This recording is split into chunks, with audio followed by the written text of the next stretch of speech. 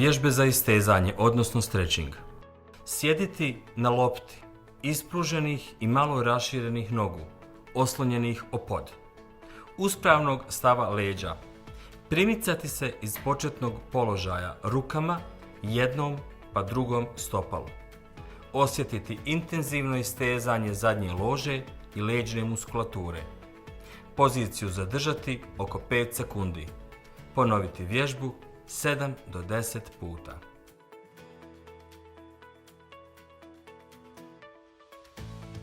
Ležeći na leđima na lopti i nogama na podu, maksimalno se istezati sa opruženim rukama.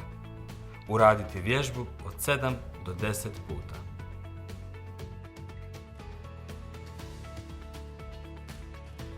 Ležeći na boku na lopti, ponoviti tehnički vježbu kao i prethodnu.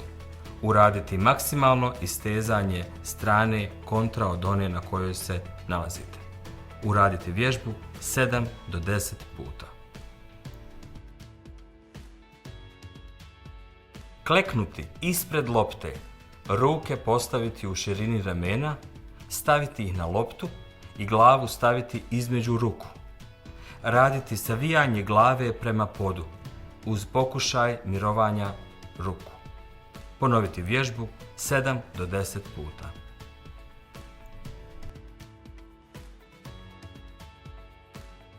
Sjedeći na podu prekrštenih nogu, ruke snažno povlačiti unazad.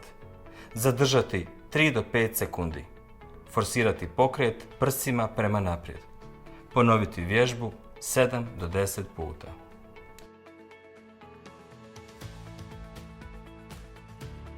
Sjedeći na podu, ruke su ispružene iznad glave, maksimalno ih savijati bočno, neizmjenično lijevo pa desno.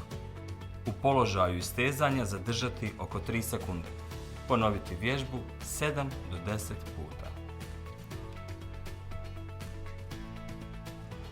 Ležeći na leđima, odizati jednu pa drugu nogu opruženu u koljenima.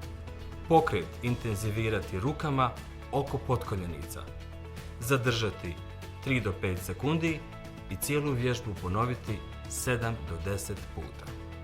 Ležeći na leđima, savijati se do opruženih nogu.